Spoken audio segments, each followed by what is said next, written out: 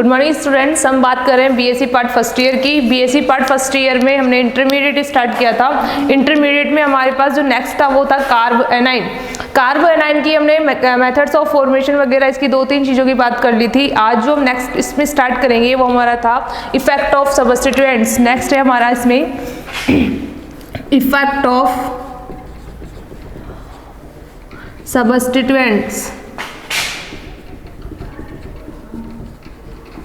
प्रतिस्थापियों का प्रभाव। इसमें हमारे पास जब कार्ब एनाइन आप लोगों के पास इंटरमीडिएट की फॉर्म में होता है तब हमारे पास अगर इस पे पास में कोई अदर ग्रुप अटैच होता है तो उसका क्या इफेक्ट पड़ेगा, इसमें हम बात करेंगे इफेक्ट ऑफ सब्स्टिट्यूएंट्स में। मैंने कल आप लोगों को थोड़ा बहुत इसका आइडिया दिया था कि कैसे आप लोगों के पास कार्ब एनाइन के पास जब हमारे पास कोई इलेक्ट्रॉन डोनेटिंग ग्रुप जब अटैच होता है तब उस पर क्या इफेक्ट पड़ता है, और जब हमारे पास कोई इलेक्ट्रॉन विड्रॉइंग ग्रुप यानी कि इलेक्ट्रॉन अट्रैक्टिंग ग्रुप जब जुड़ा हुआ होता है तब हमारे पास क्या इफेक्ट पड़ता है। तो आज हम उसकी डिटेल में स्टडी करते हैं। जैसे हमारे पास है ये वाला आप लोगों के पास कोई कार्ब एनाइन है, हमारे पास कार्ब एनाइन के पास जो भी आप लोगों के पास ग्रुप जुड़ा हुआ है सब हमारे पास यहाँ पे जो भी ग्रुप है, दो टाइप के आप लोगों के पास ग्रुप होंगे। एक तो होंगे इलेक्ट्रॉन डोनेटिंग ग्रुप और एक होंगे इलेक्ट्रॉन अट्रैक्टिंग ग्रुप। ये जो जी ग्रुप आप लोगों के पास है यहाँ पे वो हमारे पास कौन सा है, इलेक्ट्रॉन डोनेटिंग ग्रुप, यानी कि इलेक्ट्रॉनों को डोनेट करने वाला जब ग्रुप आप लोगों के पास जुड़ा हुआ होगा यहाँ पे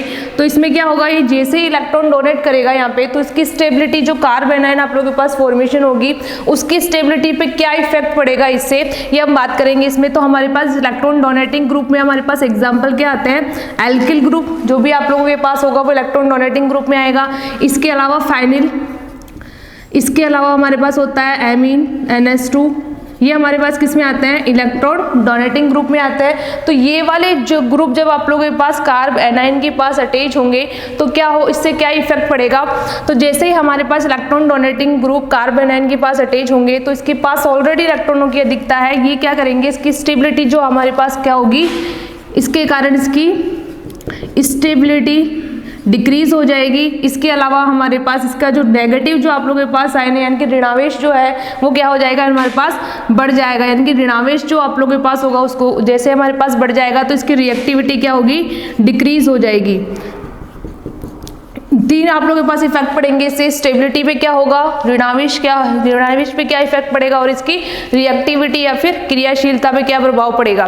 तो इलेक्ट्रॉन डोनेटिंग ग्रुप जैसे ही हमारे पास कार्ब एनाइन के पास जुड़े हुए होंगे तो उससे क्या होगा, इसके ऋणावेश में वृद्धि होगी। ऋणावेश में वृद्धि होने से इसका जो आप लोगों के पास स्टेबिलिटी है यानी कि स्थायित्व है वो क्या हो जाएगा, डिक्रीज हो जाएगा, और हमारे पास रिएक्टिविटी क्या हो जाएगी, इसकी इंक्रीज हो जाएगी। वैसे ही हमारे पास अगर यहाँ पे जो कार्ब एनाइन आप लोगों के पास है, इस कार्ब एनाइन से हमारे पास कौन से ऐसे ग्रुप जुड़े हुए हों, आप लोगों के पास इलेक्ट्रॉन अट्रैक्टिंग ग्रुप जुड़े हुए हों जिससे क्या करेंगे, इलेक्ट्रॉनों को अट्रैक्ट करेंगे। फॉर एग्जांपल हमारे पास यहाँ पे क्या आएगा, नाइट्रो साइनाइड। इसके अलावा हमारे पास कार्बोनिल ग्रुप। ये जो आप लोगों के पास ग्रुप आएंगे वो कौन से ग्रुप होते हैं, इलेक्ट्रॉन अट्रैक्टिंग ग्रुप होते हैं। जैसे ये जुड़े आप लोगों के पास जुड़ेंगे इसके पास तो ये हमारे पास कार्ब एनाइन के पास क्या है, इलेक्ट्रॉनों की अधिकता है और ये क्या करेंगे, इलेक्ट्रॉनों को अट्रैक्ट करेंगे। तो इसके कारण क्या होगा, इसकी स्टेबिलिटी यानी कि ऋणावेश जो आप लोगों के पास साइन होगा, नेगेटिव जो आप लोगों के पास होगा हमारे पास क्या हो जाएगा, उसका डिक्रीज हो जाएगा, और हमारे पास इसकी स्टेबिलिटी क्या हो जाएगी, इंक्रीज हो जाएगी। जैसे ही हमारे पास स्टेबिलिटी इंक्रीज होगी तो इसकी रिएक्टिविटी क्या हो जाएगी, डिक्रीज हो जाएगी। यानी कि स्टेबिलिटी और जो रिएक्टिविटी हमारे पास होती है वो क्या होती है, एक दूसरे के अपोजिट में चलती है, और नेगेटिव साइन आप लोगों के पास क्या होगा, इससे डिक्रीज हो जाएगा। तो ये कुछ इफेक्ट था हमारे पास कि जैसे ही हमारे पास कार्ब एनाइन के पास कोई अदर ग्रुप जुड़े हुए होंगे तो उससे क्या इफेक्ट पड़ेगा, उसकी स्टेबिलिटी पे। नेक्स्ट हम बात करते हैं इफेक्ट ऑफ हाइब्रिडाइजेशन।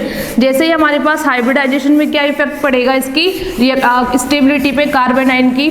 तो नेक्स्ट है हमारा effect of hybridization. Next topic है इफेक्ट ऑफ हाइब्रिडाइजेशन। संकरण जो आप लोगों के पास होगा उससे क्या इफेक्ट पड़ेगा इसकी स्टेबिलिटी में, इसमें हम बात करेंगे। फॉर एग्जांपल हमारे पास एक आप लोगों के पास है ये CH3 मैथिल कार्बेनाइन है, इसके पास हमारे पास एथिलीन है, इसके अलावा हमारे पास है एनाइन, कार्ब एनाइन आप लोगों के पास है, यानी कि एल्काइन। ये हमारे पास है 3 आप लोगों के पास क्या प्रेजेंट है, यहाँ पे ग्रुप प्रेजेंट है, यानी कि इस पे हाइब्रिडाइजेशन अगर हम बात करें तो इस पर क्या होगा हमारे पास sp3 हाइब्रिडाइजेशन आएगा। यहाँ अगर हम हाइब्रिडाइजेशन की बात करते हैं हमारे पास तो 1 2 3, यानी कि इस पर क्या आएगा sp2। यहाँ हमारे पास क्या होगा, इसके पास sp, यहाँ पे जैसे ही हमारे पास इसका हाइब्रिडाइजेशन शो करेंगे हम, संकरण जब हम बताएंगे तो इस पे कौन सा आएगा, sp संकरण। तो ये जो संकरण आप लोगों के पास है इससे क्या इफेक्ट पड़ेगा इसकी स्टेबिलिटी में। यहाँ हम सबसे पहले क्या करेंगे, इसकी एस कैरेक्टर की बात करेंगे कि किस आप लोगों के पास 3 हाइब्रिडाइजेशन है, यहाँ पे संकरण है, इसमें कौन से हाइब्रिडाइजेशन में संकरण आप लोगों के पास एस कैरेक्टर है वो सबसे ज्यादा है। तो हम बात करें पहले sp हाइब्रिडाइजेशन या फिर संकरण की, तो इसमें क्या है, जैसे हमारे पास s ऑर्बिटल है इसके पास क्या होगा, p ऑर्बिटल आप लोगों के पास प्रेजेंट होगा। तो ये जो s ऑर्बिटल आप लोगों के पास है इसके जस्ट पास कौन सा है, p ऑर्बिटल प्रेजेंट है। तो यानी कि सबसे ज्यादा जो s कैरेक्टर है वो किस में होंगे, इस वाले हाइब्रिडाइजेशन में होंगे, संकरण में होंगे। कितने होते हैं अपने पास 75% इसमें क्या होता है, s कैरेक्टर प्रेजेंट होता है। नेक्स्ट हमारे पास है sp2, यानी कि जैसे जैसे न्यूक्लियस से हमारे पास ऑर्बिटल दूर होते जाएंगे तो उसमें s कैरेक्टर क्या होंगे, डिक्रीज होते जाएंगे। तो यहाँ इसके पास कितना होगा, 50% क्या होते हैं इसके पास s कैरेक्टर प्रेजेंट होता है। नेक्स्ट अगर हम बात करें sp3 हाइब्रिडाइजेशन की, तो यहाँ हमारे पास होते हैं 33%। तो जैसे हम इसमें एस कैरेक्टर की बात करते हैं तो हमारे पास हाइब्रिडाइजेशन के अकॉर्डिंग भी अगर हम इसकी स्टेबिलिटी की बात करें तो एस कैरेक्टर हमारे पास सबसे ज़्यादा किस में है, आप लोगों के पास sp हाइब्रिडाइजेशन में है। इसके अलावा सेकंड पे हमारे पास sp2, उसके बाद में हमारे पास sp3। तो मैंने आप लोगों को कल जब इसकी स्टेबिलिटी का ऑर्डर बताया था तो एक आप लोगों को हमारे पास क्या था, CH3 मैथिलीन, इसको हमने प्राइम फर्स्ट नंबर पे दिया था, इनकी इसकी स्टेबिलिटी क्या थी, सबसे ज़्यादा थी, प्राइमरी, सेकेंडरी और टर्सरी के अलावा। तो यहाँ पर भी इसकी स्टेबिलिटी में सबसे ज़्यादा स्टेबिलिटी किसकी होगी हमारे पास, ये जो आप लोगों के पास मैथिल जो कार्बन है उसकी स्टेबिलिटी ज़्यादा होगी। सेकंड नंबर पर हमारे पास क्या होंगे, जो sp2 हाइब्रिडाइजेशन जो कार्बन होगा उसकी स्टेबिलिटी होगी। और थर्ड नंबर पे हमारे पास क्या होगा, कार्ब एनाइन की जो आप लोगों के पास एल्काइन वाला कार्ब एनाइन है उसकी स्टेबिलिटी होगी। ये कहिए आप लोगों के पास स्टेबिलिटी का ऑर्डर हमारे पास क्यों आया, क्योंकि यहाँ पे जो हमारे पास जैसे जैसे इसके एस कैरेक्टर इंक्रीज होते हैं तो इसकी स्टेबिलिटी क्या होती है, डिक्रीज होती जाती है। नेक्स्ट अगर हम बात करें इसकी बेसिसिटी या फिर क्षारीयता, तो वो क्षारीयता भी क्या होगी आप लोगों के पास घटती जाती है। दो आप लोगों के पास चीज है, ये आएगा इफेक्ट ऑफ हाइब्रिडाइजेशन में। नेक्स्ट अगर हम बात करें स्टेबिलिटी में, नेक्स्ट अगर हम लेके चले वो हमारे पास है इफेक्ट ऑफ रेजोनेंस। रेजोनेंस से हमारे पास इसकी स्टेबिलिटी पे क्या इफेक्ट पड़ेगा कार्बन आयन की, इसकी हम बात करें। रेजोनेंस सबसे पहले दो चीज अपने पास होती है, एक तो होती है हाइपर कॉन्जुगेशन और एक होता है रेजोनेंस। रेजोनेंस हम किस पे बात करते हैं, जो बेंजीन जो आप लोगों के पास रिंग होती है यानी कि साइक्लिक जो मेंबर्स होते हैं उनमें हम किस चीज की बात करते हैं, रेजोनेंस की बात करते हैं। तो रेजोनेंस के लिए हमारे पास क्या होगा, जो भी साइक्लिक आप लोगों के पास कार्बन आयन होंगे उनकी बात करेंगे तो हमारे पास क्या होगा, ये बेंजील आप लोगों के पास है, इस बेंजील में क्या बेंजील कार्बन आयन की जैसे ही हम बात करते हैं तो इसमें हमें क्या करना पड़ेगा, इसकी स्टेबिलिटी का ऑर्डर देना पड़ेगा। हम क्या करेंगे, इसकी रेजोनेंस स्ट्रक्चर ड्रा करेंगे तो उसमें से हम देखेंगे कि किसकी स्टेबिलिटी सबसे ज्यादा होगी। तो रेजोनेंस स्ट्रक्चर ड्रा करने के लिए हम क्या करेंगे, ये जो बेंजील आप लोगों के पास कार्बन आयन है उसके इलेक्ट्रॉनों को मूव करेंगे हम इस आप लोगों के पास पाई बॉन्ड की तरफ। तो जैसे ही मूव होगा तो इसके पास ऑलरेडी यहाँ पे क्या प्रेजेंट है, रिंग के पास पाई बॉन्ड प्रेजेंट है। ये पाई बॉन्ड कहाँ मूव करेंगे, इस ऑर्थो पोजीशन पर। तो ऑर्थो पोजीशन पर मूव करने के बाद हमारे पास इसकी रेजोनेंस, नेक्स्ट जो रेजोनेंस स्ट्रक्चर बनेगी वो बनेगी हमारे पास ये वाली आप लोगों के पास नेक्स्ट रेजोनेंस स्ट्रक्चर बनेगी। इसमें आगे हम क्या करेंगे, ये जो आप लोगों के पास नेगेटिव साइन इसकी ऑर्थो पोजीशन पर आया इसका मूव करेंगे हम किस पर, मेटा पोजीशन पर। जैसे ही मेटा पोजीशन पर होगा तो मेटा वाले जो पाई इलेक्ट्रॉन है आप लोगों के पास वो मूव करेंगे पैरा पोजीशन पर। तो नेक्स्ट रेजोनेंस स्ट्रक्चर में हमारे पास क्या होगा, यहाँ पे ये जो आप लोगों के पास पैरा पोजीशन है वहाँ पे हमारे पास क्या आ जाएगा, नेगेटिव साइन आ जाएगा और ये अपने पास हो जाएगी इसकी नेक्स्ट रेजोनेंस स्ट्रक्चर। नेक्स्ट की अगर हम बात करें, इसमें नेक्स्ट रेजोनेंस स्ट्रक्चर ड्रा करें तो ये वाले जो पाई इलेक्ट्रॉन है वो मूव करेंगे यहाँ पे और ये वाले मूव कर जाएंगे यहाँ पे, तो हमारे पास बन जाएगी इसकी नेक्स्ट रेजोनेंस स्ट्रक्चर। ये हमारे पास है, जैसे ही हमारे पास ये हो जाएगा तो ऑर्थो पोजीशन पर वापस से क्या हो जाएगा, वापस से आप लोगों के पास नेगेटिव साइन आ जाएगा और ये नेगेटिव साइन जब मूव करेगा तो हमारे पास कार्बन आयन क्या होगा, वापस अपनी जो फर्स्ट जो आप लोगों के पास स्ट्रक्चर है जहां हमारे पास नेगेटिव साइन था, लास्ट को हमारे पास स्ट्रक्चर में भी कहा क्या होगा, उसी स्ट्रक्चर पर क्या हो जाएगा, नेगेटिव साइन आप लोगों का मूवमेंट कर जाएगा और ये हमारे पास क्या हो जाएगी, इसकी रेजोनेंस स्ट्रक्चर ड्रा हो जाएगी। तो हम इसकी अगर स्टेबिलिटी की बात करें, अगर आप लोगों के पास क्या हो, एलिफेटिक और एरोमेटिक दोनों कार्बन आयन अगर आप लोगों को देते हैं तो वहां हमारे पास क्या होता है, जो आप लोगों के पास एरोमेटिक जो कार्बन आयन होगा उसकी स्टेबिलिटी ज्यादा होगी। क्यों? क्योंकि यहाँ पे हमारे पास क्या काम करता है, रेजोनेंस होता है। और हमारे पास क्या केमिस्ट्री में क्या चलता है कि जिस स्ट्रक्चर की जितनी ज्यादा अनुनादी संरचनाएं बनती है वो स्ट्रक्चर क्या होती है, उतनी ज्यादा स्टेबिलिटी शो करती है। तो यहाँ हम देखते हैं कि इसकी हमारे पास कितनी 5 आप लोगों के पास क्या बन रही है, रेजोनेंस स्ट्रक्चर बन रही है, तो उसकी स्टेबिलिटी भी क्या होगी, ज्यादा होगी कंपैरिजन में जो एलिफेटिक जो आप लोगों के पास कार्बन आयन होंगे उनके कंपैरिजन में। तो यहाँ हमारे पास क्या है, इफेक्ट ऑफ रेजोनेंस में क्या हमने देखा कि हमारे पास बेंजीन रिंग की क्या होगी, जैसे हम बेंजील कार्बन आयन की बात करते हैं तो उसकी रेजोनेंस स्ट्रक्चर बनने के कारण हमारे पास क्या होगी, इसकी स्टेबिलिटी भी ज्यादा होगी कंपैरिजन में किसके, एलिफेटिक कार्बन आयन के। ये हमारे पास बात हुई इफेक्ट ऑफ सबस्टिट्यूएंट्स, प्रतिस्थापियों का प्रभाव। प्रतिस्थापियों के प्रभाव में हमने 2-3 चीजें ली। इसके बाद हम जो नेक्स्ट स्टार्ट करेंगे वो होगी chemical reactions of carbon ion.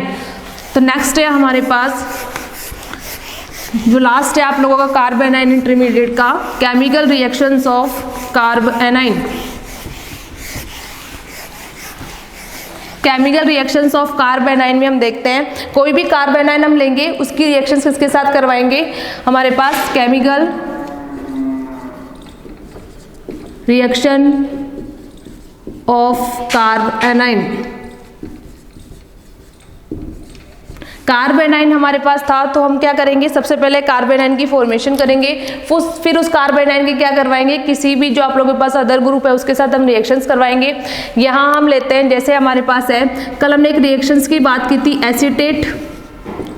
इस एसीटेट में हमने क्या किया था, मेथड्स ऑफ फॉर्मेशन के थ्रू इसका कार्बन आयन की फॉर्मेशन की थी। यहाँ हम क्या करेंगे, जैसे ही हम एसीटेट को हीट करते हैं तो हमारे पास क्या होता है, CO2 रिमूव हो जाती है और हमारे पास क्या बन जाता है यहाँ पे, एल्किल कार्बन आयन।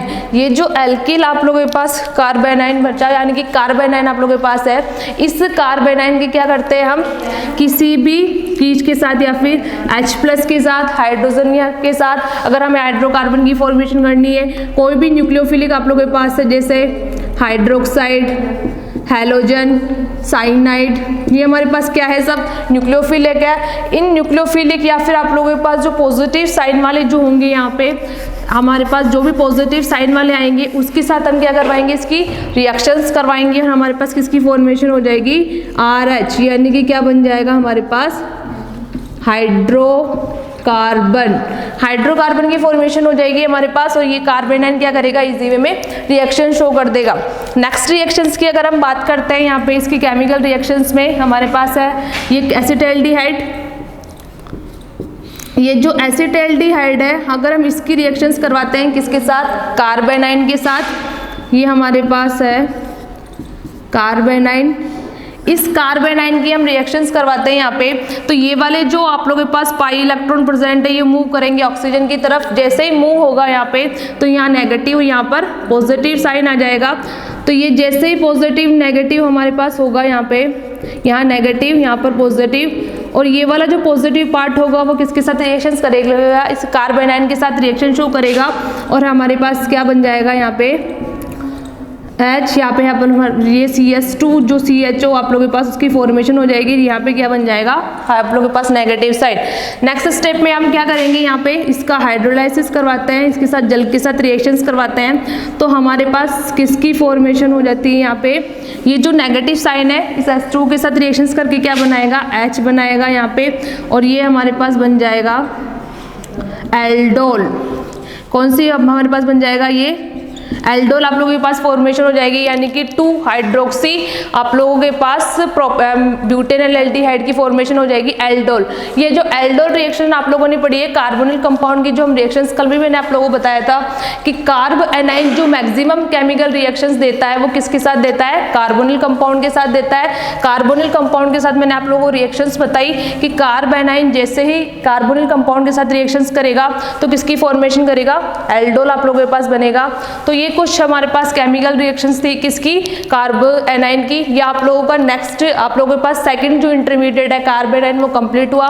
नेक्स्ट जो हम इंटरमीडिएट स्टार्ट करेंगे फ्री रेडिकल जो आप लोगों के पास है कार्बन मुक्त मूलक, वो हम बात करेंगे नेक्स्ट क्लास में। आज के लिए इतना ही, थैंक यू।